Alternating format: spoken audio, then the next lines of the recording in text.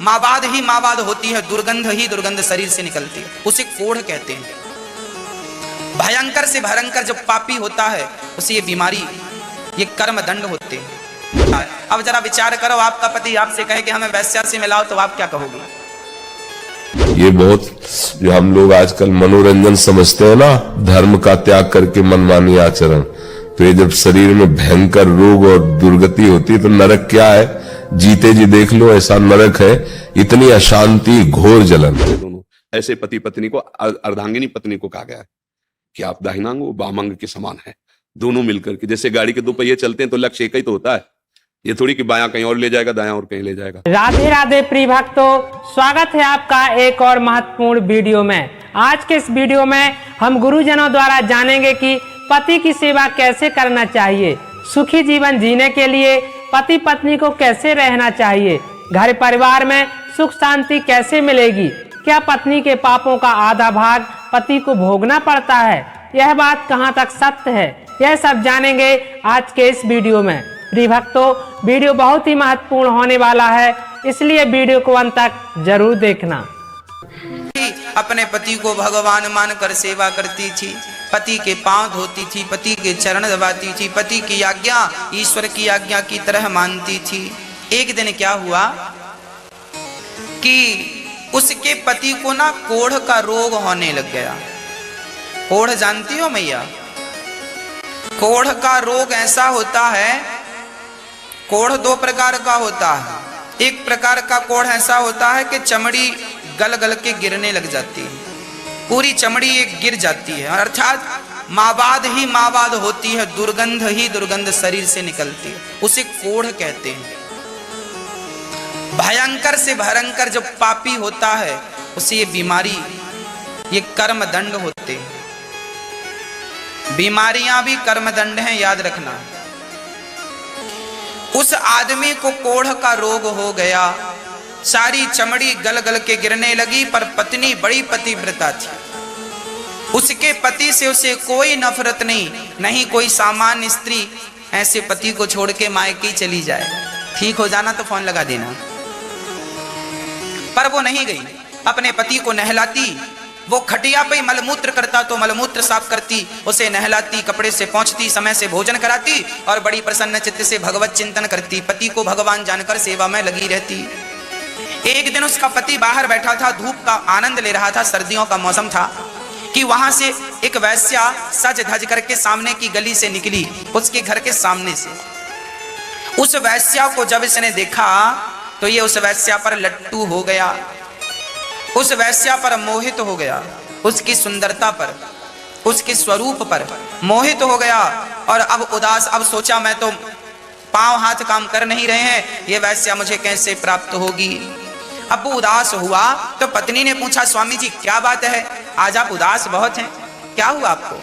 तो उसके पति ने कहा, तुम तो पतिव्रता हो, पर क्या बताऊं, आज मेरे मन को पता नहीं क्या हुआ, आज वो फलानी वैश्या वहां से निकली तो मेरा मन उसके साथ चला गया, मैं एक बार उससे मिलना चाहता हूं। अब पति की इच्छा है कि उसे वैश्या से मिलना है और कह रहा है तुम कुछ करो कि वो मिल जाए, पत्नी से कह रहा है। अब जरा विचार करो, आपका पति आपसे कहे कि हमें वैश्या से मिलाओ, तो आप क्या कहोगे? पर वो कहती है ठीक है, मैं कोशिश करती हूं। ये पद्म पुराण की चर्चा है, बहुत धीर वीर गंभीर होकर सुनिएगा। उस स्त्री ने कहा मैं प्रयास करती हूं। वो वैश्या के घर सवेरे 4 बजे जाती है, पतिव्रता स्त्री, कोढ़ी की पत्नी पतिव्रता, ये जाती और वैश्या के झाड़ू पोंछा बर्तन करके आ जाती। वैश्या ने देखा कि मेरे घर का झाड़ू पोंछा कौन करता। एक दिन उसने ताड़ लिया मतलब देख लिया, अरे आपके तो चर्चे हैं, बड़ी पतिव्रता हो, बड़ी तपस्वी औरत हो, और आप मुझे वैश्या, मुझे जानती हो कि मैं राजा के दरबार में नाचती हूँ, और मुझे जैसी तुच्छ सी स्त्री के घर का आप चौका बर्तन कर रही हो, बहन क्यों पाप में डाल रही हो, क्या बात है हमें बताओ। तब उस पतिव्रता स्त्री ने वैश्या से कहा, बहन परसों के दिन तुम निकली तो तुम्हें देखकर हमारे पति मोहित हो गए, एक बार हमारे पति तुमसे मिलना चाहते हैं, भेंट करना चाहते हैं, एक बार आप उनसे मिल लो। वैश्या समझ गई कि वो किस उद्देश्य से मिलना चाहता है।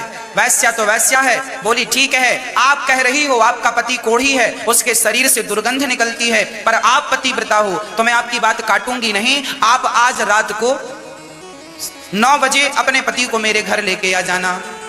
ठीक है, आप अपने पति को मेरे घर भेज देना, ऐसा वैश्या ने कहा। ठीक है। अब वो पति के पास गई और बोली आज 9 बजे आप चले जाइएगा, उसने आपको बुलाया है, मैंने बात कर ली है। अब ये कोढ़ी आदमी बड़ा प्रसन्न हुआ, आज तो जाएंगे जाएंगे जाएंगे। पर जैसे ही घर से निकला, पत्थर में पांव टकराया, वो गिरा तो पांव में मोच आ गई। अब पांव में मोच आई तो चल ना पाया। अब लगा रोने, लो आज बुलाया था, पांव में आज ही मोच आनी थी, आज मैं जा नहीं पाया। लगा रोने, और पत्नी ने देखा मेरा पति रो रहा है, तो उसने कहा कोई बात नहीं, आपके पांव में मोच आ गई है, मैं आपको लेकर चलती हूं। कैसे लेकर जाओगी, हमसे तो चला नहीं जाता। पत्नी ने कहा कोई बात नहीं, आप मेरे कंधे पर बैठ जाओ। पत्नी बैठ गई और अपने पति को अपने कंधे पर बिठा लिया, और कंधे पर बिठाकर वो गांव के अंदर से नहीं गई, गांव के बाहर जंगल के रास्ते से गई। क्योंकि पति को कंधे पर बिठाकर ले जाती तो लोग पूछते कहां जा रही हो, ये थोड़ी बताते वैश्या के घर जा रहे हैं, पति की बदनामी होती। तो वो जंगल के रास्ते से गई। अब विचार करो, दृश्य देखो कि एक पत्नी अपने पति को अपने कंधे पर बिठाकर वैश्या के घर जा रही है, जंगल के रास्ते से चली। अच्छा, उस जंगल में एक दूसरी घटना घट गई। उस जगह का जो राजा था, उस राजा के यहां चोरों ने चोरी की, और चोर भागे तो सैनिकों ने पीछा किया। वह चोर उसी जंगल में आए, और वहां मांडव्य नाम के एक संत थे, मांडव्य ऋषि। वहां पर उनकी कुटिया पर चोरों ने डर के मारे कि पकड़ लेंगे तो मौत मिलेगी, तो अपना सारा धन बाबा जी की कुटिया में डाल दिया, और चोर जंगल में रफू चक्कर हो गए। राजा के सैनिकों ने देखा कि बाबा की कुटिया में धन पड़ा है, तो सैनिकों को लगा ये बाबा ढोंगी है, इसने ही चोरी की है और अब समाधि में बैठा है, जबकि वो बाबा बड़े असली जंगल में तपस्या कर रहे थे। तो उन सैनिकों ने सूल गाड़ दिया। सूल जानते हैं, लोहे का एक पैना सा नुकीला होता है, उसे जमीन पे गाड़ दिया और महात्मा जी को उस सूल पर बिठा दिया। तब वो सूल महात्मा को नीचे से चुभता हुआ सिर से निकल गया। पर बाबा इतने पक्के थे, समाधि इतनी पक्की थी कि बाबा की समाधि भी नहीं खुली, और वो उस सूल पर ही ध्यान मग्न बैठे रह गए। अच्छा, ये घटना तो पहले हो गई, चोर लोग भाग गए और राजा के सिपाही भी चले गए, और बाबा सूल पर लटके रहे।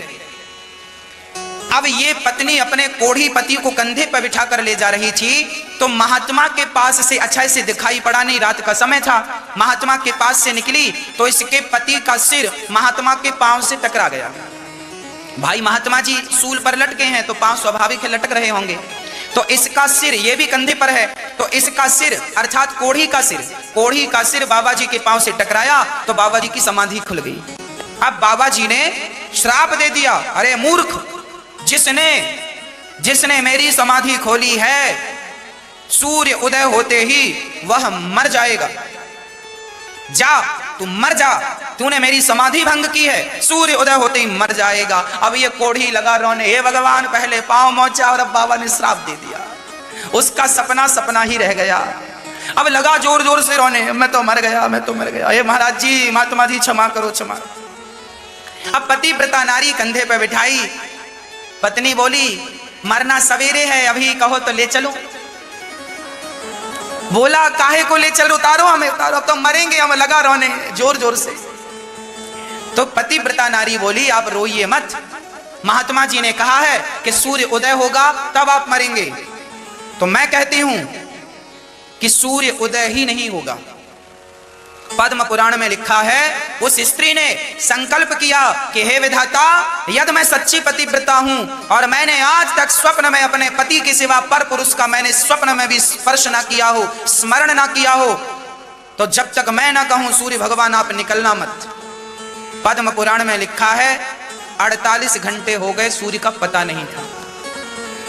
72 घंटे, 100 घंटे, अर्थात 1 सप्ताह, 2 सप्ताह, एक हाहाकार मच गई पृथ्वी लोक में, सूर्य भगवान का पता नहीं। देवता गए, प्रभु बताओ क्या करें। भगवान ब्रह्मा विष्णु और महेश तीनों प्रकट हो गए। देवी आपने क्या किया है, आपने अपने तप के बल से सूर्य की गति रोक डाली, आप ऐसा खिलवाड़ ना करो प्रकृति से। उसने कहा कोई बात नहीं, यदि मेरे पति सूर्य की किरण पड़ते ही मर जाएंगे तो ऐसे सूर्य की मुझे जरूरत ही नहीं, मैं अपने पति को मरा हुआ देखना नहीं चाहती। समझाया बहुत पर नहीं मानी। तब अनसुईया माता आई। अनसुईया माता ने कहा बेटी तू सूर्य को आने दे, मैं तेरे पति को जीवन दान दूंगी। सूर्य भगवान आए, पहली किरण पड़ी, संत का श्राप था, वो आदमी मर गया। पर अनसुईया मां ने फिर हाथ में जल लेकर कहा हे विधाता, मैं पतिव्रता हूं तो इसका पति जीवित हो जाए। एक पतिव्रता ने सूर्य की गति रोक दी तो दूसरी पतिव्रता ने मरे हुए को जीवित कर दिया। यह पतिव्रता नारी की शक्ति है। अनसुईया मां की कृपा से उसका कोढ़ का रोग ठीक हो गया। उसकी बुद्धि में भी जो कोढ़ हो गया था, बुद्धि विचलित हो गई थी, उसकी बुद्धि निर्मल हुई। विमान आया, पति तो नरक जाता, कर्म ऐसे थे उसके, पर पतिव्रता नारी के मिलने से दोनों भगवान के निज धाम को चले गए। पत्नी के कारण पति की सदगति हो गई। ये पद्म पुराण का वर्णन है, चर्चा है। अब इस कथा से क्या शिक्षा मिली? इस कथा से शिक्षा यही मिली कि पति का किया हुआ पति भोगेगा, आपका किया हुआ आप भोगना। अब पति नालायक है, पति व्यभिचारी है, बहुत सारी स्त्रियों का संग करता है, तो इसका मतलब ये तो नहीं कि पति अब ऐसा करता है तो स्त्री बोले मैं भी ऐसी करूंगी, तो ये तो हिसाब कोई ठीक लगा नहीं हमें। पति दुराचारी है, व्यभिचारी है, तो पत्नी तो व्यभिचारी ना हो।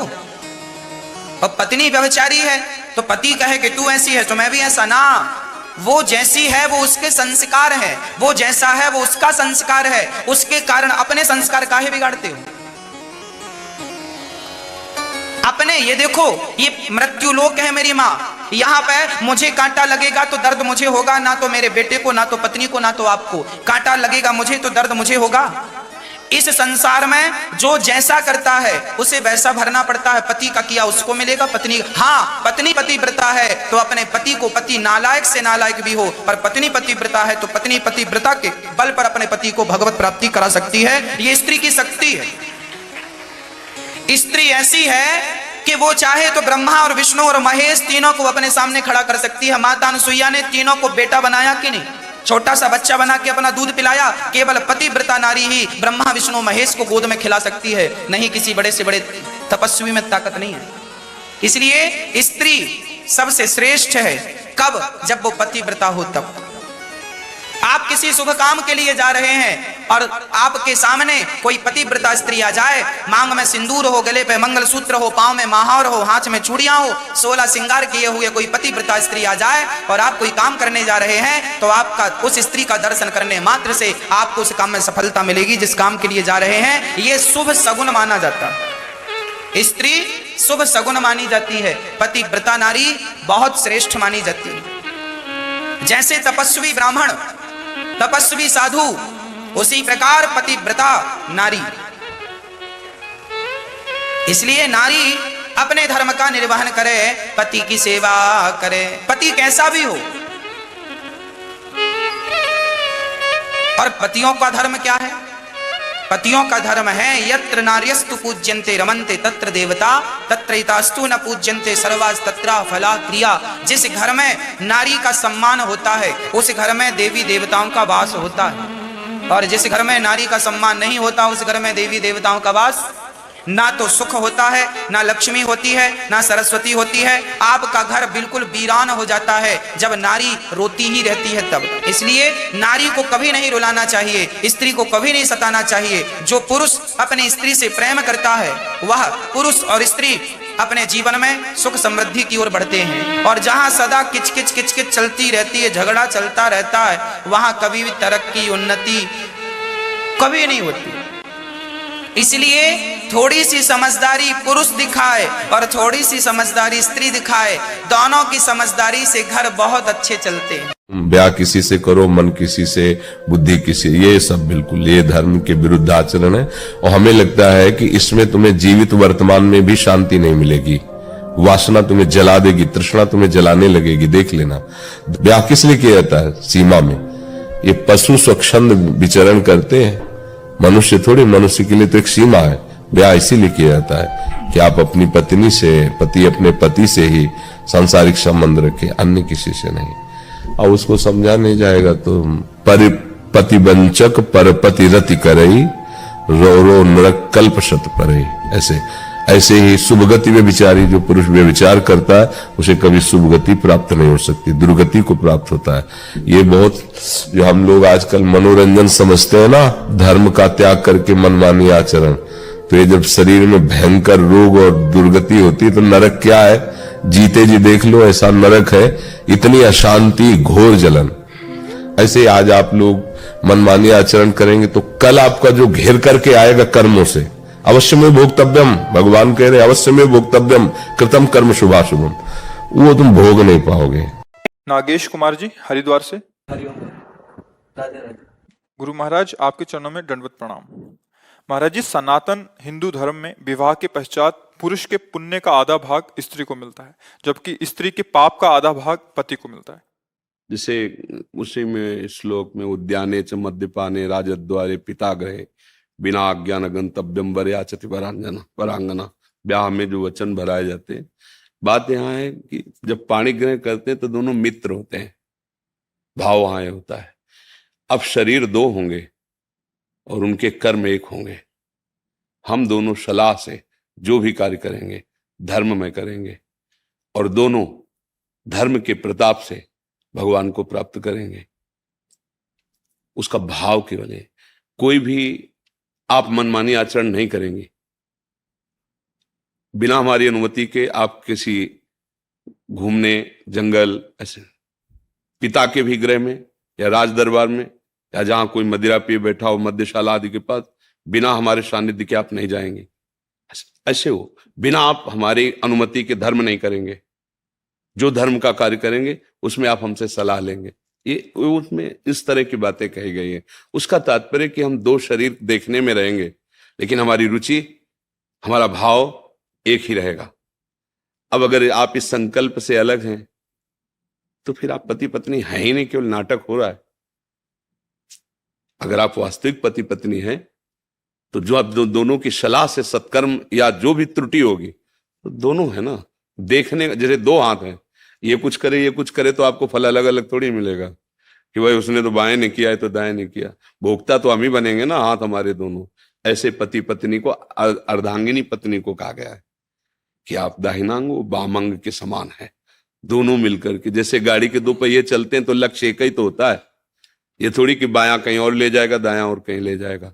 हाँ, अगर वो अलग अलग खुल के निकल जाते हैं तो गाड़ी ही नहीं है, नहीं वो तो टूट गई ना, गिर गई ना। तो दाम्पत्य जीवन क्या कि पत्नी अपनी मनमानी करे, पति अपनी मनमानी करे, दोनों शास्त्र सम्मत चले तो वास्तविक कहते हैं ये जगत भी सुखमय उसके लिए हो जाएगा। दोनों धर्म से चले, प्यार से चले, और ये पत्नी पातिव्रत धर्म धारण करे और पति पत्नी में केवल अपना भाव, जो संसारिक भाव मान लो काम भाव है, वो केवल अपनी पत्नी में और सीमित होकर के दोनों धर्म से चले, भगवत प्राप्ति के मार्ग में अग्रसर हो जाएंगे।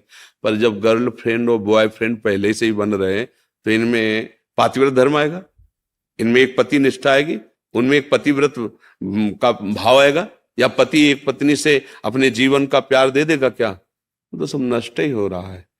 तो हमें लगता है लिखे ही रह जाएंगे ग्रंथ की बातें।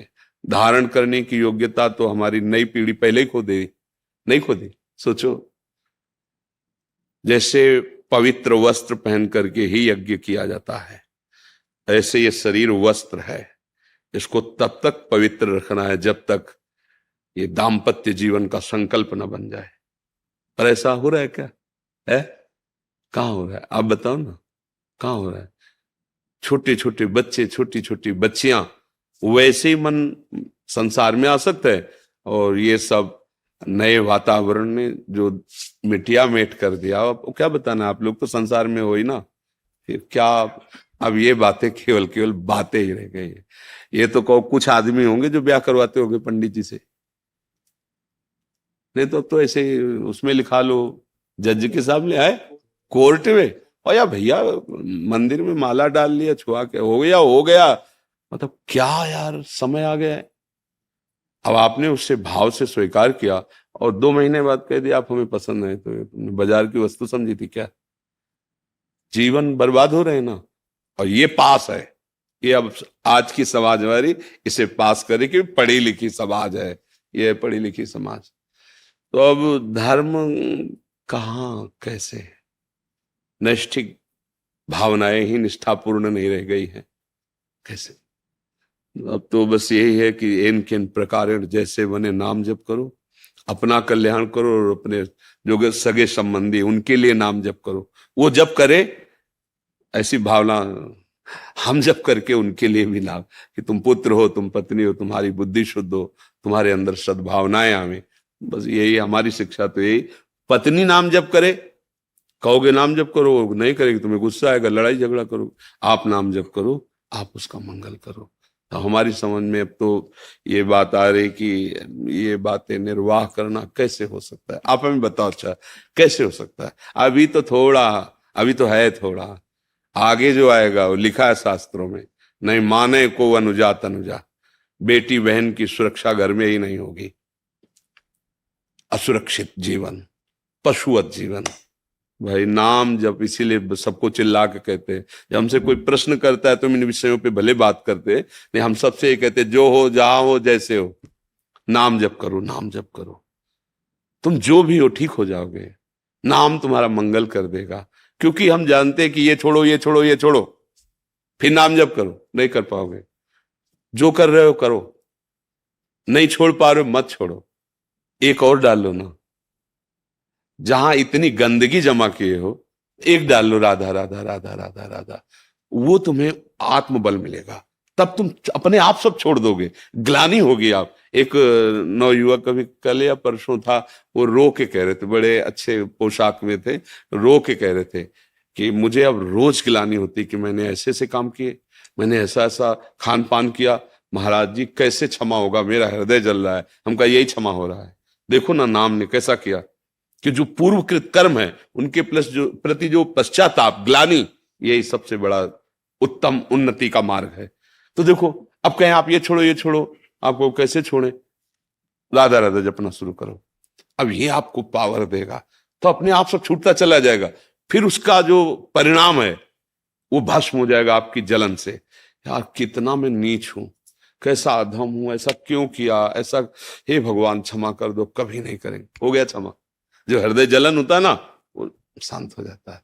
तो इसलिए भाई जहां तक हो सके इन सब विचारों को छोड़िए, नाम जप कीजिए, और पत्नी में भी भगवत भाव रखिए, परिवार में भी भगवत भाव रखिए, और अपने कर्तव्य का ध्यान रखिए कि मेरा पत्नी के प्रति क्या कर्तव्य है, मेरा धर्म क्या है, उसका धर्म क्या है। उसके विषय में ये समय के अनुसार अगर तुम शिक्षण देने चलोगे तो तुम अपने धर्म को खो दोगे, फिर तुम्हें क्रोध आ जाएगा, फिर तुम उससे जलन पैदा करने वाला व्यवहार करने लगोगे, और हो सकता है क्रोध में हिंसा आदि दोष बड़े बड़े हो जाते हैं। इसलिए हमारी प्रार्थना है, हम अपने कर्तव्य, हमारी पत्नी आई है हमारे पास, मेरा उसके प्रति क्या कर्तव्य, बस।